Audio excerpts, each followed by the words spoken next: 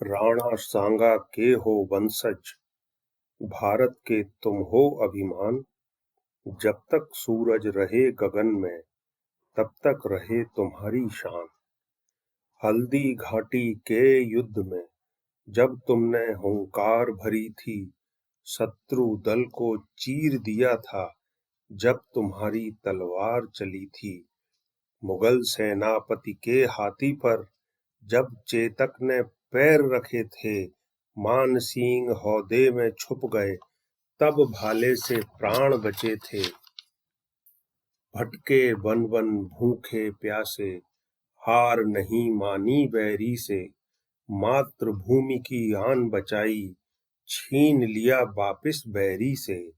मुगल तुम्हें जीत न पाए, तुम खुद थे ऐसे तूफान।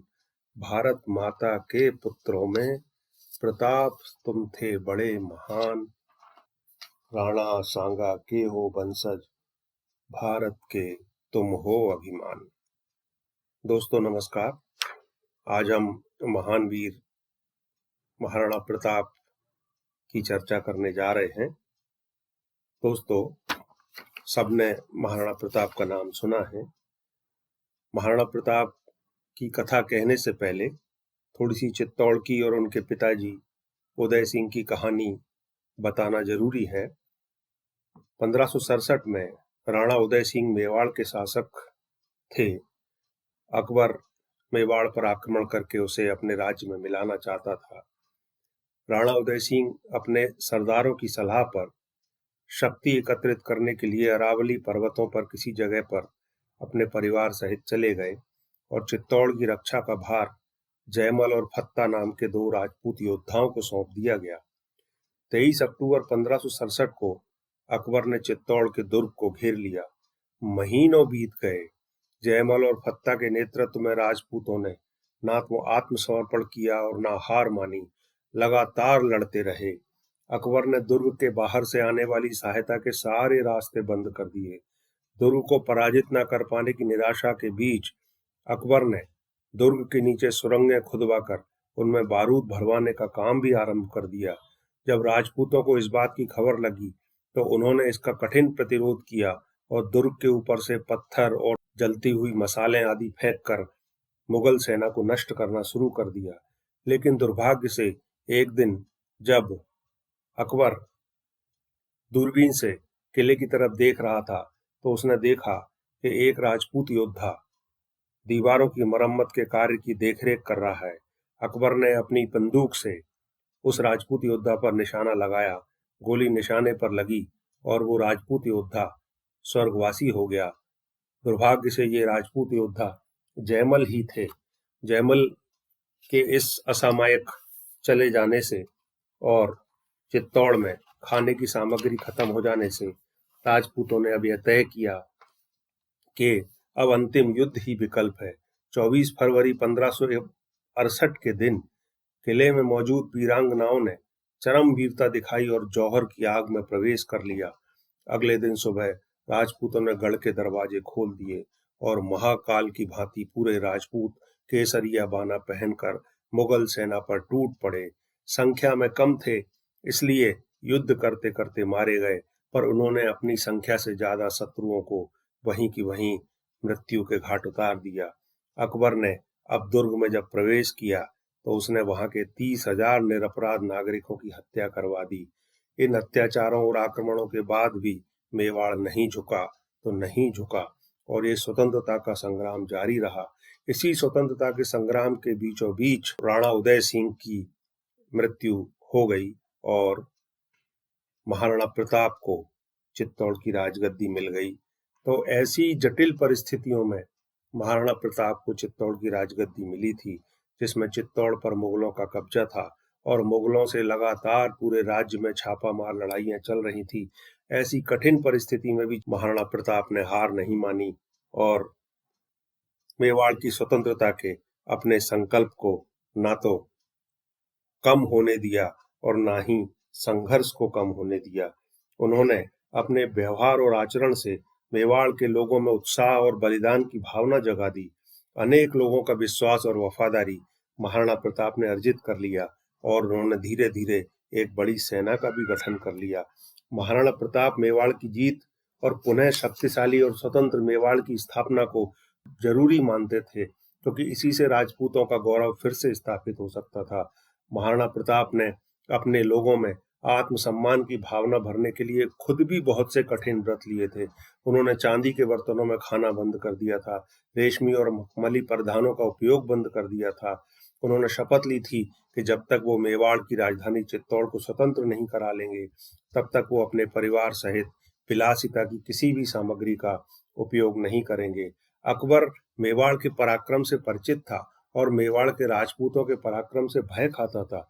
उसने महाराणा प्रताप को समझाने और संधि के लिए तैयार करने के अनेक प्रयास किए, और इसी क्रम में अकबर ने जयपुर के युवराज मानसिंह को महाराणा प्रताप के पास संधि की बात करने के लिए भेजा।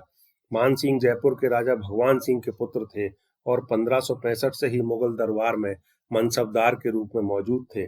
मानसिंह ने मेवाड़ जाकर राणा प्रताप से भेंट की और उन्हें अनेक प्रलोभन देकर अकबर की अधीनता मान लेने के लिए तैयार करने का प्रयास किया, लेकिन महाराणा प्रताप अपने निश्चय से तृण भर भी नहीं डिगे। एक प्रसिद्ध जनश्रुति है कि मानसिंह के स्वागत के क्रम में उदयपुर में झील के किनारे एक भोज का आयोजन किया गया। मानसिंह से जब भोजन ग्रहण करने का आग्रह किया गया तो उसने पूछा कि महाराणा कहाँ है, उनके बिना भोजन कैसे हो सकता है। मानसिंह को बताया गया कि राणा साहब के पेट में तकलीफ है, इसलिए वो नहीं आ सकते। मानसिंह का साथ देने के लिए कुंवर अमर सिंह तो हैं, लेकिन मानसिंह नाराज होकर उठ खड़ा हुआ और बोला कि नहीं, अब मैं भोजन नहीं करूंगा और शीघ्र ही महाराणा के उदरसूल की दवाई लेकर आऊंगा। सलुम्बर राज कृष्ण सिंह चूड़ावत ने जवाब दिया, हमारे महाराणा ऐसे राजपूतों के साथ भोजन करना अपना अपमान समझते हैं जिनकी बहन बेटियां मुगलों के हरम में जाती हैं। यदि तुम्हें अब भी इतना मान है तो तुम जरूर आना, तुम्हारा स्वागत मालपुरा में किया जाएगा। मालपुरा जयपुर राज्य की सीमा का एक प्रदेश था। अगर अपने फूफा अकबर के साथ आओगे तो जहां भगवान एक लिंग चाहेंगे वहां तुम्हारा स्वागत किया जाएगा। यह घटना सत्य हो या नहीं हो, पर इतना तय है कि महाराणा प्रताप ने मुगलों से संधि करने से साफ नाहीं कर दी। अब अकबर ने मेवाड़ पर आक्रमण करना तय कर लिया। आमेर के राजा मानसिंह को ही विशाल मुगल सेना की कमान सौंपी गई। इस सेना में अनेक प्रसिद्ध मुगल सेनापति भी दिए गए। 3 अप्रैल 1576 को मुगल सेना ने मेवाड़ के अभियान का आरंभ किया।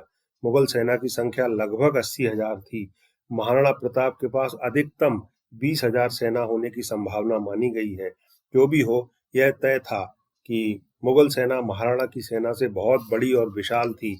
मुगल सेना के पास तोप खाना भी था, जबकि महाराणा की सेना में कोई तोप नहीं थी। महाराणा ने तय किया कि नाथद्वारा के प्रसिद्ध मंदिर से 15 किलोमीटर की दूरी पर हल्दी घाटी नाम की जगह पर युद्ध किया जाएगा। मेवाड़ की सेना में अनेक प्रसिद्ध राजपूत सरदार थे जो अपने प्राणों का मोह छोड़कर मुगलों से युद्ध करने की मनसा से एकत्रित हो गए थे। मानसिंह मुगल सेना को लेकर हल्दी घाटी के नजदीक तो आ गया, पर घाटी में घुसने का साहस उसने नहीं किया। महाराणा ने अनेक दिन तक प्रतीक्षा करते रहे, फिर हल्दी घाटी के मैदानी क्षेत्र में खुद आगे बढ़कर युद्ध के लिए आ गए। पहला आक्रमण भी मेवाड़ की सेना ने ही किया और ऐसा प्रलय मचाया कि अनेक मुगल सैनिक पहले ही हल्ले में मारे गए और भागने लगे। उन सैनिकों का मनोबल बनाए रखने के लिए मुगल सेनापतियों ने यह झूठी खबर प्रसारित की कि खुद अकबर ही और बड़ी सेना लेकर युद्ध भूमि के नजदीक आ गया है। इस झूठे प्रचार के कारण मुगल सैनिक वापस लौटने लगे। फिर से घनघोर युद्ध शुरू हुआ। अनेक राजपूत सरदार भी वीर गति को प्राप्त हो गए, लेकिन उन्होंने मुगलों को यह एहसास अच्छी तरह से करा दिया कि मेवाड़ अपनी स्वतंत्रता किसी भी मूल्य पर छोड़ने को तैयार नहीं है। मेवाड़ की छोटी सी सेना और छोटी हो गई। इसी समय महाराणा प्रताप ने अपने कुछ चुने हुए साथियों को लेकर मुगल सेना के मध्य में मौजूद मानसिंह पर हमला बोल दिया। मानसिंह हाथी पर बैठा था और महाराणा घोड़े पर सवार थे। महाराणा ने इशारा किया और अचानक ही चेतक ने अपने दोनों अगले पैर हाथी के मस्तक पर रख दिए और फिर महाराणा का विशाल बर्छा चला। मानसिंह झुककर हौदे के अंदर छुप गया, बर्छा हौदे से टकरा गया और इस तरह से मानसिंह की जान बच गई। लेकिन अब तक महाराणा प्रताप को अनेक मुगलों ने घेर लिया था और आक्रमण पर आक्रमण होने लगे। अपने महाराणा को संकट में देखकर अनेक राजपूत योद्धा युद्ध स्थल पर पहुंच गए और घोर युद्ध करके राणा जी को बचाने का जतन करने लगे।